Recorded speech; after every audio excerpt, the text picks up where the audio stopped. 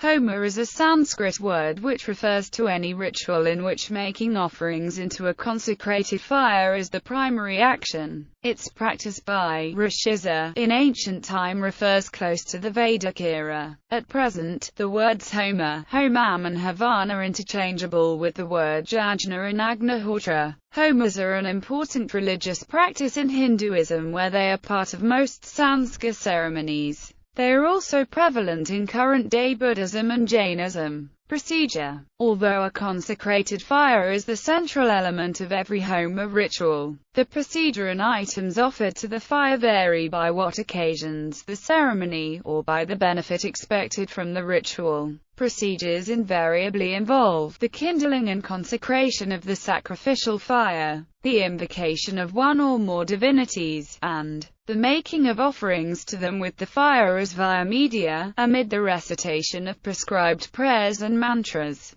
The consecrated fire forms the focus of devotions. It is often maintained on specific types of dung, wood, dried coconut or other combustibles. The fire altar is generally made of brick or stone or a copper vessel, and is almost always built specifically for the occasion, being dismantled immediately afterwards. This fire altar is invariably built in square shape, while very large vidyas are occasionally built for major public homas. The usual altar may be as small as 1 by 1 foot square and rarely exceeds 3 by 3 feet square. Again, whereas major altars at public events may include a hollowing of the earth to create a relatively deep pit, usual altars involve no such excavation and indeed rise only inches above the ground. In all events, the arrangement is centered in the middle of a space, which may be either outdoors or indoors. The principal people performing the ceremony and the priests who instruct them through the ritual seat themselves around the altar, while family, friends and other devotees form a larger ring around that center. The length and procedure of a Homa depends on the purpose to which it is performed. Many different types of Homas exist, and the following list is only illustrative.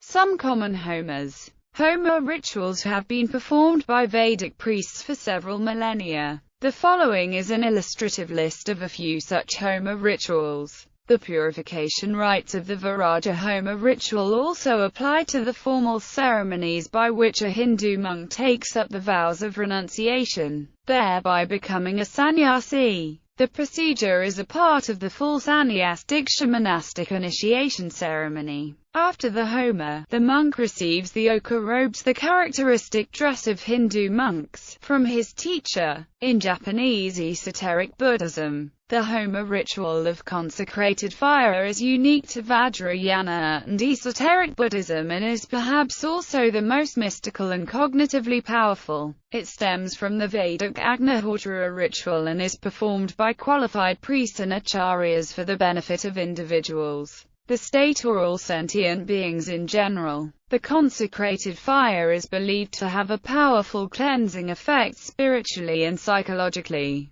The central deity invoked in this ritual is usually Akalanatha. Interestingly, the word Akalanatha is another name for Shiva in the Vedic tradition. The ritual is performed for the purpose of destroying negative energies, detrimental thoughts and desires, and for the making of secular requests and blessings. These are in the form of pieces of lumber with prayers written down by individuals and stamped with Akalanatha's seed syllable. In most Shingon temples, this ritual is performed daily in the morning or the afternoon, and is a requirement for all acharyas to learn this ritual upon entering the priesthood. Larger-scale ceremonies often include the constant beating of taiko drums and mass chanting of the mantra of Akalanatha by priests and lay practitioners. Flames can sometimes reach a few meters high. The combination of the ritual's visuals and sounds can be trance-inducing and make for a profound experience.